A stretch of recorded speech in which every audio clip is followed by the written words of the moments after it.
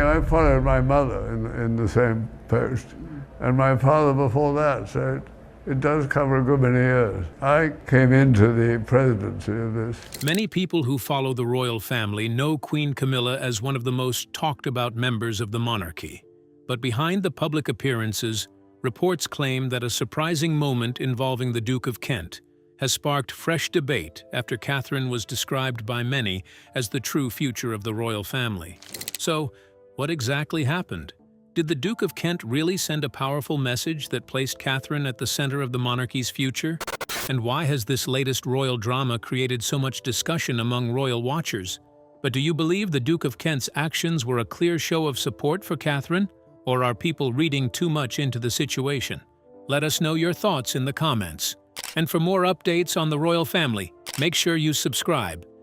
Duke of Kent's silent message. For most of his life, he was known as the man who rarely spoke in public. As kings and queens changed, political problems came and went. Families faced disagreements, and difficult times tested the monarchy. Prince Edward, Duke of Kent, remained calm and steady. People respected him not because he made bold public comments, but because of his loyalty, patience, and quiet belief that the strongest opinions do not always need to be spoken. Very few people have spent so many years so close to important moments in royal history. Holding his title for more than 82 years, the Duke witnessed major events that changed Britain and its royal family. He watched the British Empire change over time. He saw kings and queens carry the heavy responsibility of the crown, while different generations of royals experienced both success and criticism in the public eye.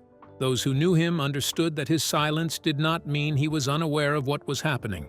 Instead, he carefully watched and understood everything around him. That is why a morning in November at the National Service of Remembrance attracted so much attention. Standing beside senior members of the royal family with cameras watching every move, many people felt that something was different. For a man known for his self-control and discipline, even the smallest action seemed important, and nothing about that moment looked accidental. To understand why that moment mattered, many people looked beyond the formal ceremony and focused on the personal history that had shaped his life. Long before today's royal controversies filled newspaper headlines, the Duke had been deeply influenced by the legacy of his mother, Princess Marina of Greece and Denmark. Through her, he was connected to many of Europe's famous royal families, including relatives linked to the tragic fall of the Romanov dynasty during the Russian Revolution of 1918. These were not simply stories from history books. They were family memories that lived on through traditions, valuable heirlooms, and treasured possessions passed from one generation to the next. The jewels connected to that family history meant much more than money or luxury. They stood as symbols of survival. Some survived revolutions, wars, and financial struggles. Others were eventually lost or sold during difficult times when the family had to make painful decisions to meet their responsibilities. Over the years, parts of an extraordinary collection slowly disappeared, leaving behind only a small part of what had once been one of Britain's most respected private royal collections. For the Duke, those treasured items represented more than valuable objects. They reminded him of real people, shared memories, and family stories. By the time he reached his 90s, he had become one of the last living connections to a royal world that had almost completely disappeared. Standing beside Sophie, who often supported him during public events, he represented something that had become increasingly rare within the monarchy, a living connection to the past. But history alone cannot fully explain why many people believed he carried such great importance. Behind decades of calm and careful behavior were private thoughts shaped by many years of watching relationships develop inside the palace. Since the 1980s, those views were said to have grown stronger, though he never spoke openly about them. While others argued in public, he stayed silent. While royal controversies appeared and later faded away, he simply watched and listened. What if the perfect image of the royal family was created while painful struggles remained hidden beneath the surface? What private conflicts and difficult moments took place behind the walls of the palace? And how did the Duke of Kent become connected to events that quietly changed the course of royal history and continued to influence the monarchy many years later? Let us explore further. Royal struggles behind closed doors. Long before the public saw the carefully managed image of the royal family, many private struggles were happening inside the palace that very few people knew about. Only a small number of people were close enough to witness those difficult moments, and even fewer carried those memories for many years. Among them was the Duke of Kent, a royal figure whose position placed him near important events that would later change the monarchy forever. By the time the public began learning about parts of Princess Diana's personal struggles, much of the damage had already happened. Away from cameras, reporters, and large crowds, Diana was dealing with deep emotional pain that was difficult to overcome.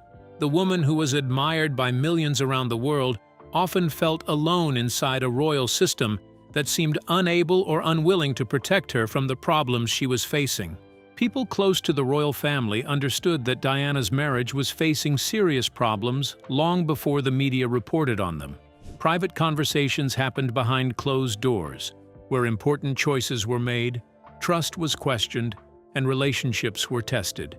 The Duke of Kent, as a senior member of the royal family and a first cousin of the Queen, held a special position during this period. He was not someone who only heard stories from others. He was close to the events at a time when royal relationships were breaking down, trust was disappearing, and a young princess was struggling to find peace while the outside world only saw her public image. Eventually, Diana's suffering became impossible to overlook. She reportedly described her emotional pain as being so intense that physical suffering felt easier to handle. The confidence and happiness people saw in public often hid a deep sense of loneliness. The situation became even more painful because many people within royal circles were aware of what was happening. They understood the impact of broken trust and the emotional damage caused by the relationship between Charles and Camilla Parker Bowles. However, royal duties and public appearances continued as normal, while Diana struggled privately with her emotional battles. For members of the Duke of Kent's generation, openly discussing personal problems was not common. They were raised to believe that silence showed strength and that duty should come before personal emotions. Because of this, he continued performing his royal responsibilities without openly sharing his personal thoughts. To the public, he appeared calm, loyal, and dedicated to his role. But privately, he carried memories of the difficult years he had witnessed. Time passed, and decades went by. Diana's death in 1997 turned her into a lasting figure of sympathy and admiration for millions of people around the world. However, for those who had personally seen her struggles, those moments were not simply part of history. They remained personal memories.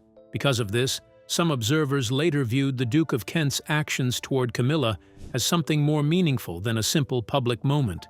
They believed it may have reflected feelings and opinions that had developed over more than 30 years. In their view, it was connected to everything he had witnessed, everything he had understood, and everything he had continued to remember over the years. How did silent conflicts inside the palace and years of royal disagreements affect the Duke of Kent on a personal level, changing the way he saw those closest to the crown? And what truly happened that placed his wife, Catherine, Duchess of Kent, at the heart of a painful experience that never completely disappeared? Let's uncover the story. Duke of Kent's pain. For many years, people believed that his distance from certain members of the royal family was caused by old scandals and family disagreements that had lasted for a long time. But behind the public image, there was a much deeper and more personal pain. It was a hurt that went beyond royal disputes and left an emotional wound that never fully disappeared. At the center of that pain was his wife, Catherine, Duchess of Kent. Unlike some royal women who appeared to handle palace life with ease, Catherine faced struggles that many people never truly understood.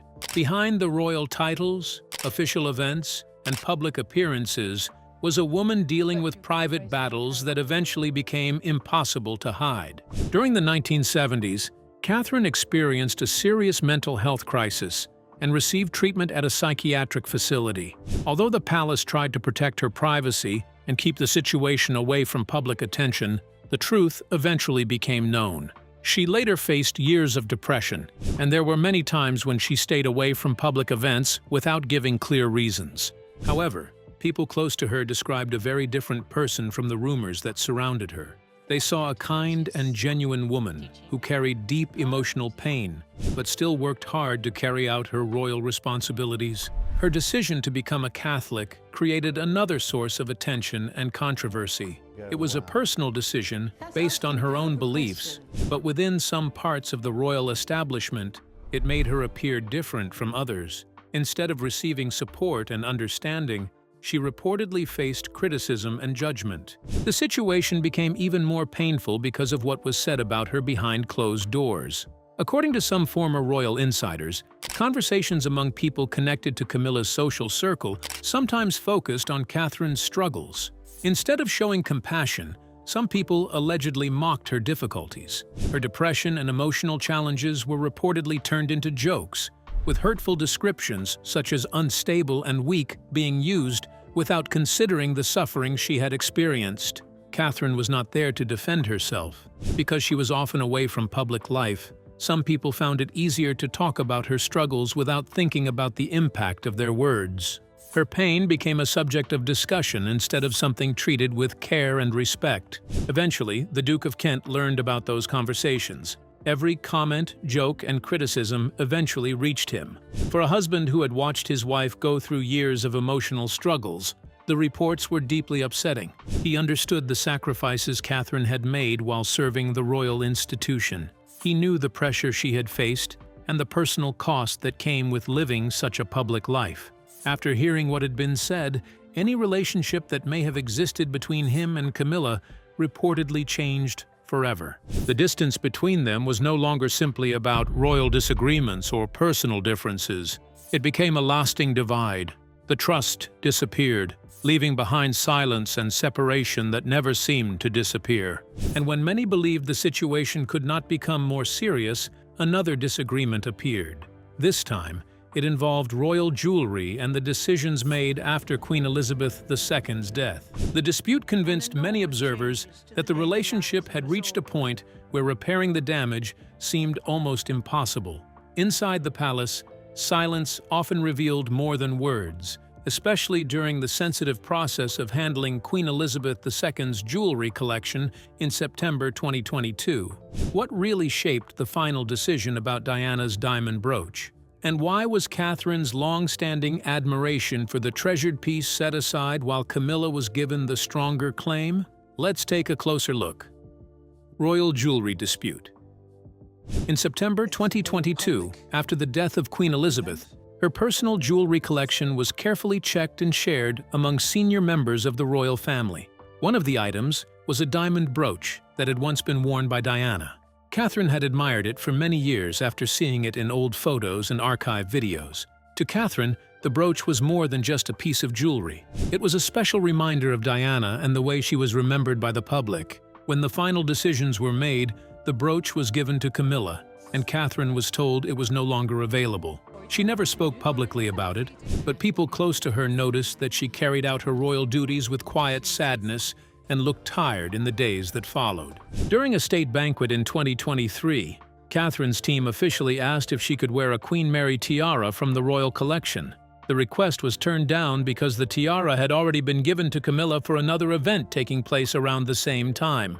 Some royal watchers later believed that the timing of both decisions was not a coincidence and showed deeper tensions within the royal household. At a semi-private dinner, Camilla was reportedly dismissive of Catherine's careful choice to wear Diana's jewelry. She allegedly said it was nothing more than an act. She also claimed that Catherine was using the public sadness over Diana's death to gain sympathy and was turning the memory of the late princess into something she wore for attention.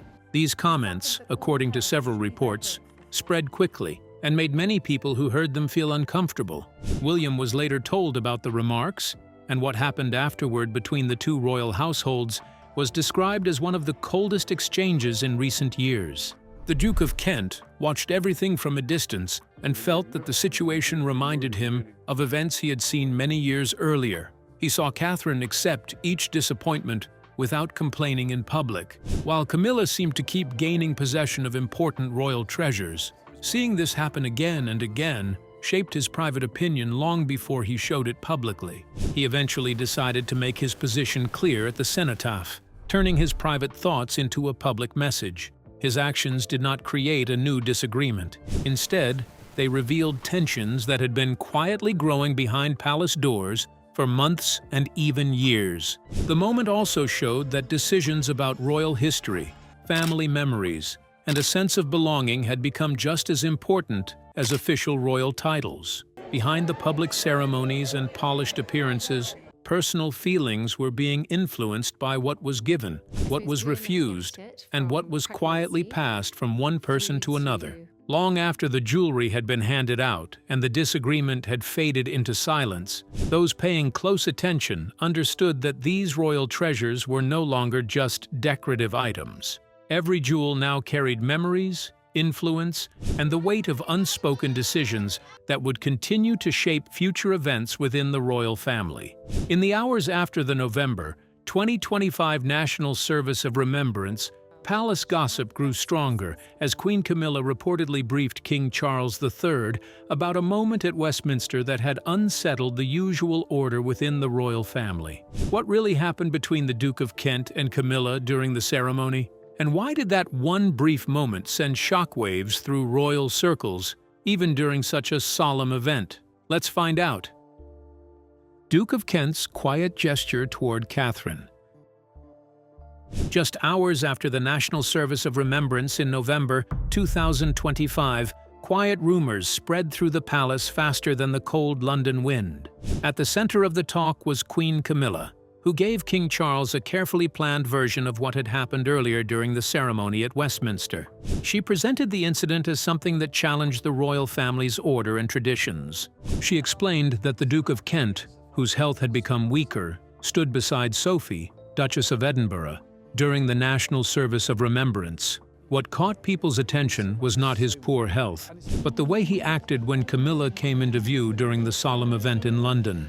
Without any hesitation, he turned away from her. He gave no nod, no greeting, and no sign of recognition, as if the Queen Consort was not part of that moment. Instead, he reached for Catherine, Princess of Wales, and held her hand much longer than the ceremony required. The gesture quietly drew the attention of those standing nearby. During a short but memorable conversation, he leaned closer to Catherine and spoke about legacy. He said that his mother's jewels should remain with the person who rightfully deserved them. Everyone nearby understood what he meant. Even though he did not mention any names, the silence that followed felt heavier than the cold air outside Westminster. By that evening, detailed accounts of the moment had already reached Camilla. Later that day, Camilla spoke to King Charles. She stayed calm and focused, arguing that the Duke's actions during one of Britain's most important ceremonies had become a matter affecting the royal institution. Charles listened quietly, as he usually did. However, his answer was clear and firm. He said the Duke had the right to his own opinion, and the issue would not be taken any further. Looking back on that afternoon in London, every small action seemed to carry a deeper meaning than it appeared to have. Sophie, who remained beside the Duke, was noticed for her steady support, while the other senior royals kept calm expressions beneath Westminster's grey skies. Within hours, palace advisors were already trying to limit public speculation. They understood that the symbolic meaning of the encounter would be difficult to control or change. In private, Camilla continued to believe that the royal institution needed clear rules and consistent respect for its hierarchy. Charles, however, chose to remain cautious and left the matter unresolved while keeping it within the palace's private discussions. The memory of that remembrance service stayed in the minds of many people. A single exchange changed how some viewed loyalty, legacy, and authority within the modern monarchy, leaving questions that continued long after the ceremony ended. Behind closed doors, discussions about influence and royal tradition quietly continued without any public outcome. The conversations remained carefully limited to palace circles. Camilla's quiet departure made a stronger impression than any public argument. It suggested careful planning and control rather than defeat. But what misunderstanding about who truly owned the royal jewels was hidden behind this moment? And why did questions about the Duke's family jewels suddenly reveal deeper tensions over royal traditions that had long gone unquestioned within the halls of power in London? Let's uncover the fascinating details. The truth about the Duke's jewels. Camilla walked away from the conversation without saying a word.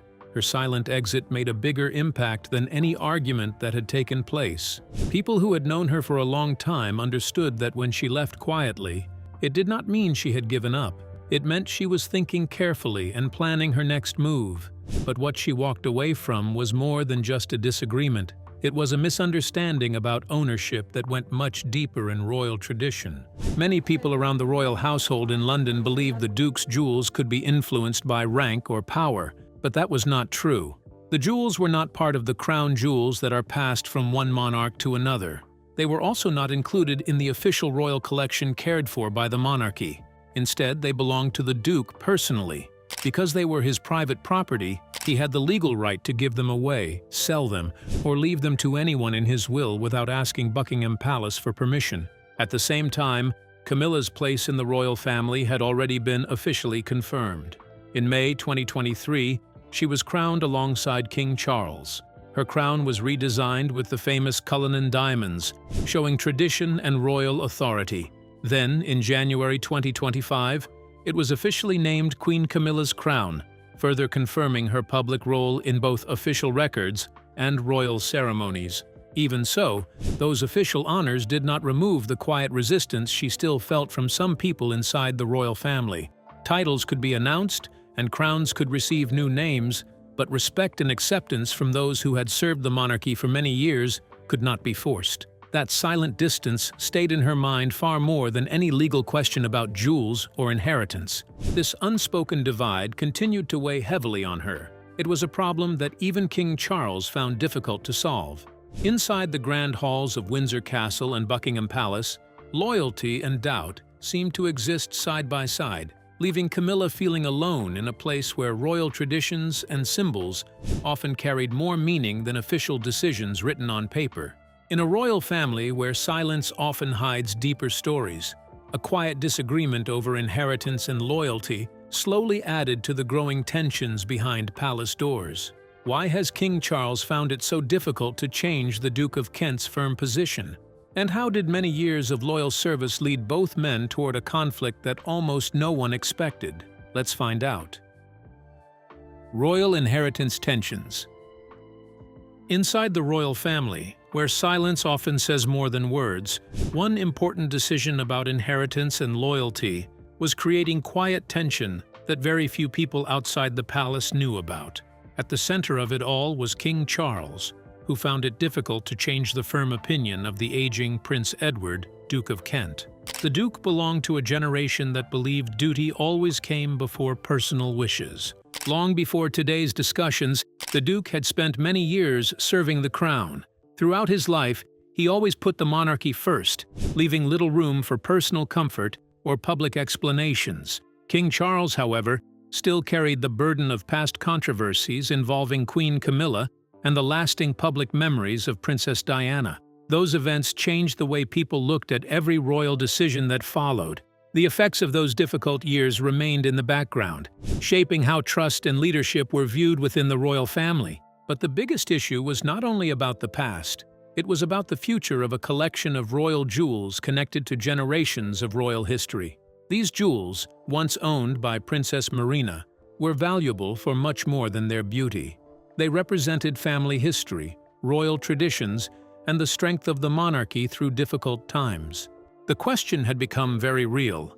Would these jewels stay within the working royal family, or would they become private family possessions? If they were not passed to Catherine, Princess of Wales, their future would change completely. Instead of being worn at coronations, state banquets, or Wimbledon, they would pass through the Duke's own family line to his son George, Earl of St. Andrews, later to Lord Nicholas, and also to Lady Helen Taylor. Although they are members of the royal family, none of them are working royals or carry out the public duties where these historic jewels continue to play an important role. If that happened, the jewels would no longer appear at major royal events. Instead, they would remain in private homes, far from the ceremonies that had given them meaning for generations. What had once stood as a symbol of the monarchy's lasting history would slowly become private property, hidden from public view. The Duke of Kent saw this possible future very clearly. For him, Protecting the royal tradition was more important than holding on to personal memories. King Charles understood why the Duke felt that way, but he also knew how difficult the situation was for the monarchy. Neither royal authority nor personal feelings alone could decide what these historic jewels truly represented. During quiet moments, Charles realized that decisions made many years ago, this was especially true in a family that had experienced both deep loyalty and painful divisions. Trust had been tested before, and every new decision seemed to bring back memories of earlier disagreements. The Duke refused to change his position. He strongly believed that only working royals could keep the true meaning of these treasures alive. In his view, history should not be locked away in private collections. It should continue to be seen by the public through the duties and traditions of the monarchy. As these different opinions remained unresolved, the royal family found itself at a quiet turning point where history, responsibility, and tradition came together. The final decision about what stayed with the crown and what passed into private hands would shape not only the future of the jewels, but also the legacy they were meant to represent for generations to come. What makes the Cambridge Sapphires much more than a beautiful royal jewelry collection? How did a legacy that began in the 19th century survive wars, family loss, and changing monarchs?